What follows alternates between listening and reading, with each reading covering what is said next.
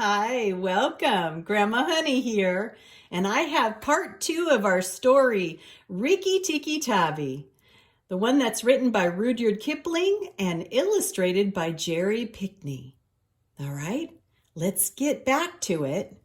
But first, let me just show you this beautiful illustration again of the garden in which this adventure takes place. Yes, and there's our little mongoose, Rikki Tikki.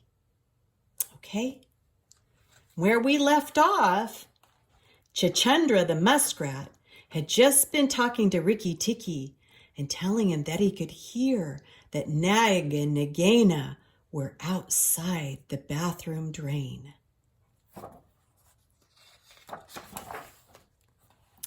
He crept to Teddy's bathroom, but there was nothing there, and then to Teddy's parents' bathroom.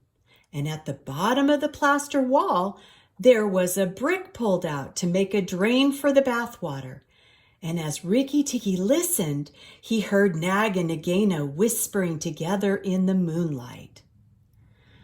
"When the house is empty of people," said Nagaina, "he will go away, and then the garden will be ours again. Go in quietly and remember that the big man who killed Karate is the first one to bite.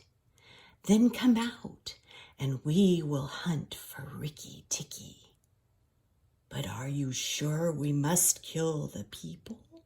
asked Nag. "Yes. When there were no people in the house, did we have a mongoose in the garden? As long as the house is empty, we are king and queen of the garden. Remember that as soon as our eggs hatch, our children will need room and quiet." "I had not thought of that," said Nag. "I will go, but there's no need to hunt for Rikki Tikki. I will kill the man and the woman and the child if I can. And then the house will be empty, and Rikki Tikki will leave." Uh-oh. Rikki Tikki tingled all over with rage at this, and then Nag's head came through the drain, and his 5 feet of cold body followed it. Angry as he was, Rikki Tikki was very frightened when he saw the size of the cobra. Nag raised his head and looked into the bathroom, and Rikki could see his eyes glitter in the dark. "When Karate is killed, the man had a stick," said the snake. "But when he comes to bathe in the morning, he won't have it. I'll wait here till he comes. Nagaina, do you hear me? I'll wait here till daytime." There was no answer, so Rikki Tikki knew that Nagaina had gone away. Nag coiled himself down, coil by coil, around the bottom of the water jar that was used to fill the bath. Rikki Tikki stayed as still as death, and after an hour, he began to move muscle by muscle toward the jar. Nag was asleep, and Rikki Tikki looked at him, wondering how to attack. "If I don't break his back at the first jump," thought Rikki, "he can still fight. Oh, and if he fights, oh, Rikki." "It must be on the head," he decided finally, "and I must not let go." And then he jumped, and as he bit, Rikki braced his back against the water jar to hold down the snake's head. And then he was battered back and forth as a toy is shaken by a dog, back and forth, up and down and around in circles. But he held on as the snake's body whipped across the floor and banged against the side of the bathtub. He closed his jaws tighter and tighter, for he was sure he would be banged to death. And for the honor of his family, he wanted to be found with his teeth locked. He was dizzy and aching, and he felt shaken to pieces when something went off like a thunderclap just behind him, and red fire singed his fur. Teddy's father had been awakened by the noise and had fired a shotgun into Nag. Rikki Tikki held on with his eyes shut, for now he was sure he was dead. But the man picked him up and said, "It's the mongoose again. Huh, the little guy has saved our lives now." When morning came, Rikki Tikki was very stiff, but well pleased with himself. "Oh, now I have Nagaina to deal with, and she will be worse than 5 nags. And there's no knowing when the eggs will hatch. Oh, I must go see Darzy," he said. Without waiting for breakfast, Rikki Tikki ran to the thorn bush where Darzy was singing a song of triumph at the top of his voice. The news of Nag's death was all over the garden because his body had been put on the garbage heap. "Oh, you stupid tuft of feathers," said Rikki Tikki. "Is this a time to sing?" "Well, Nag is dead, dead, dead," sang Darzy. "The valiant Rikki Tikki caught him by the head and held tight. The big man brought the bang stick, and Nag broke in 2 pieces. He will never eat my babies again." "Well, you're safe enough in your nest there," said Rikki Tikki. "But it's war for me down here. Stop singing a minute, Darzy." "Well, for the great Rikki Tikki's sake I will stop," said Darzy. "What is it, O killer of the terrible Nag?" "Where is Nagaina?" "Oh, on the garbage heap by the stables, mourning for Nag, great Rikki Tikki of the white teeth." "Never mind my white teeth. Do you know where she keeps her eggs?" "Well, in the melon bed, on the end nearest the wall, where the sun strikes nearly all day. Rikki Tikki, you're not going to eat her eggs." "Well, no, not exactly, no.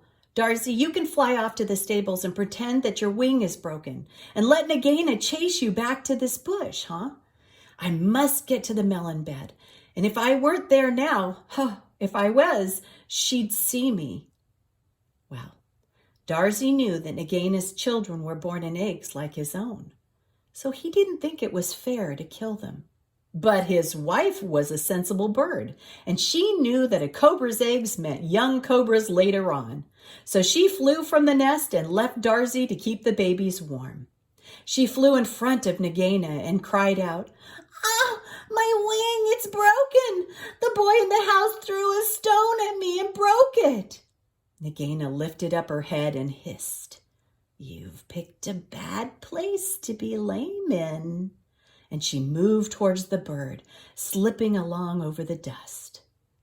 "The boy broke it with a stone," cried Darzy's wife. "Well, it may please you to know that when you're dead, I will deal with him. Before night, the boy in the house will lie very still. Now, what's the use of running away? I'm sure to catch you." But Darzy's wife fluttered on, never leaving the ground, and Nagaina slithered faster. Rikki Tikki heard them going up the path, and he raced for the end of the melon patch near the wall. There, very cleverly hidden, he found 25 small eggs. "Oh, I was just in time," he thought, for he could see the baby cobras curled up inside the skin, and he knew that the minute they were hatched, they could kill a man or a mongoose. He bit off the top of the eggs as fast as he could, crushing the deadly young snakes. And at last, there were only 3 eggs left. And then he heard Darzy's wife screaming, "Rikki Tikki! I led Nagaina toward the house and she's gone onto the porch and, oh, come quickly! She means killing!" Rikki Tikki smashed 2 eggs, and with the 3rd egg in his mouth, he scuttled off to the porch as fast as he could. Teddy and his mother and father were there at breakfast, but they were not eating anything. They were stone still and their faces pale. Nagaina was coiled up within easy striking distance of Teddy's bare leg, and she was swaying back and forth, singing a song of triumph. "Ah, son of the man who killed Nag," she hissed, "stay still. Keep very still, all three of you. If you move, I strike, and if you do not move, I strike. Oh, foolish people who killed my Nag." Teddy's eyes were fixed on his father, but all his father could do was whisper, "Sit still, Teddy. Don't move. Keep still." Then Rikki Tikki came up and cried, "Turn around, Nagaina. Turn and fight."